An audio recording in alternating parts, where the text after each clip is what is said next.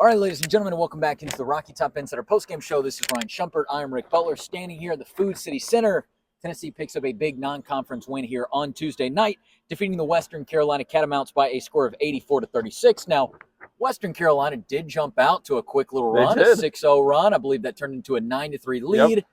After that, though, it was clearly all Tennessee. The Vols did it on the defensive end tonight, holding Western Carolina to just about 22% shooting from the field.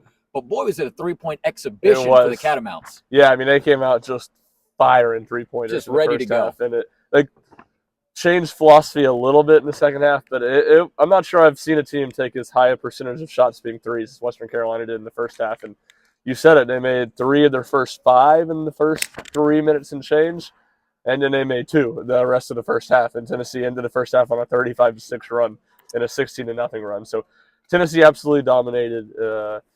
If it weren't for UT Martin scoring 35 points in this building back before Thanksgiving, tonight would have tied the lowest scoring total of anybody in the history of Thompson-Boling Arena with 36 points. But UT Martin's records stand strong at 35 earlier this season. So this one ties for the second. Smallest, I guess, scoring output by an opponent here. I think anybody, but you'd expect that to be the case. Yeah. Sky Zeigler.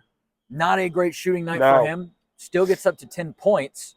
1 assist shy of a triple-double. Would have been only Tennessee's second triple-double in program history. He ends his night again with 10 points, 10 rebounds, and 9 assists. I believe 6 or 7 of those rebounds came in the first 10 minutes of the game. Yeah. The first 5 of them came in the first 4 minutes of the game. What did you see from Sky Zeigler, even with a bit of a mixed bag of a shooting night factored in? For sure, and I think it's mixed bag too might have been a little bit generous. Yeah, no, he did not shoot the ball well. I think he made 2 shots from the field, 2 of 13, 1 of 8 from behind the arc, but 5 of 5 from from the free throw line. So maybe that's where you get your mixed bag. Yeah, for sure. And I mean, he was good offensively running the offense. He only had 2 turnovers to go along with those 9 assists. One of those turnovers was when he got a rebound, and was kind of falling out of bounds and tried to throw it off the guy, and they gave him a turnover on it for stepping out of bounds. So it wasn't like that was really a bad turnover. So. Really good. I mean, it's what we've seen from Sky Zeigler. He can play well when the shots aren't falling, when he's not shooting well. And he had 10 rebounds at halftime. Didn't get a rebound in the second half. That part was kind of crazy when you consider that he almost had a triple-double. But second time he's been close. Last year against A&M, I think it was 9 points, 14 assists, 9 rebounds. So he's been knocking on the door. The tough part is rebounds is the one is going to be tough for him. Yeah. He can get he has a lot of double-doubles in his career with points and assists. On a night when he got 10 rebounds, and was just so close. It felt like tonight was his best chance, but I wouldn't rule it out as a possibility the rest of the way. Certainly could, with how much Tennessee asks him to do in that offense, especially from an assist perspective, even though that was where he was just short on it tonight. Sky Zeigler was one of 4 double-digit scores for Tennessee here tonight. Chaz Lanier leads with 19, Jordan Gainey with 17, Darlington Dubar with 13. What did you think of Dubar's performance today? He goes 6 of 8 from the floor, 2 of 4 from three-point land, and knocks down both of his free throws. Yeah, he was just really solid. He playing a lot more confident offensively. I thought it was interesting. Rick Barnes talked that Dubar seems to be a lot better when they just run a lot of concepts offensively, and that he sees the game really well. And maybe when they get a little more stagnant in some plays is when I wouldn't say necessarily Dubar struggles, but like finding what his role looks like is maybe a little more of a challenge, which isn't peculiar for a newcomer that's played I think 6 games now and has been out of the lineup some. So. I think it's just the fact that he built on the Illinois game with another strong performance. And I think before the Illinois game, he hadn't played more than like 11 or 12 minutes in a game. And now he's got 2 straight of 16+. So a good performance from him, and it feels like his stamina, his confidence level, all that continues to build. Yeah, I think you like watching the hustle from him out there. For sure. Obviously a physical player out there on the court. I would imagine that he might even be an intimidating presence to opposing teams just because of the physicality that he has, just because of what he can do out on the court. Rick Barnes said after the game that he didn't necessarily feel like Igor Milicic and Cade Phillips were as locked in as he wanted them to be at the beginning of the game. That leads to almost 23 minutes from Felix Okpara. He records 9 points in the game, 4 of 6 from the field.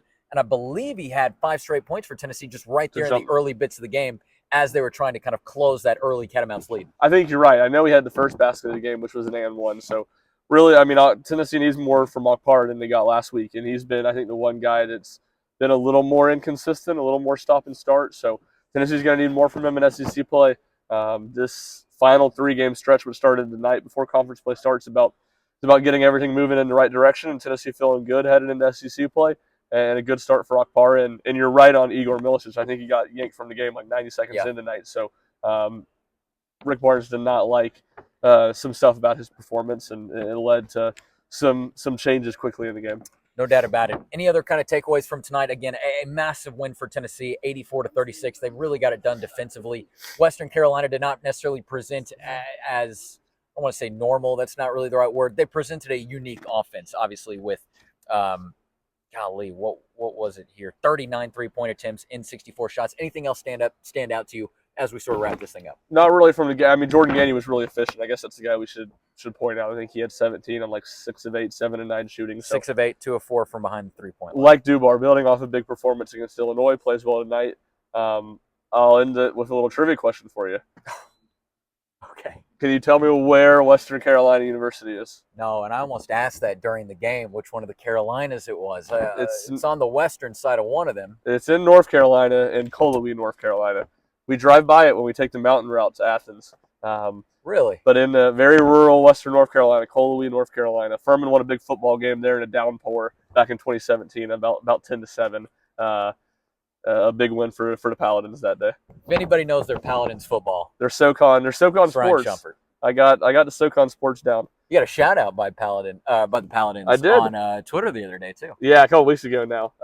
Kurt Stugnetti also didn't have any answers from the Paladins in the 2017 playoffs. So he didn't win. You can Google him. He didn't. Elon didn't beat Furman that day. You can Google that. We are big Furman supporters over here on this program, which is going to go ahead and wrap up. Again, Tennessee gets a massive win over Western Carolina here on Tuesday night in Knoxville by a score of 84-36. Next up for Tennessee, a pre-Christmas game against MTSU, and a good MTSU team. Like that's Tennessee's nice usually really good at being locked in and not playing a lot of competitive games in these bye games. MTSU's a very good, it was a good mid-major team. A game 2 days before Christmas. If Tennessee's not locked in, it'll be a close game that night.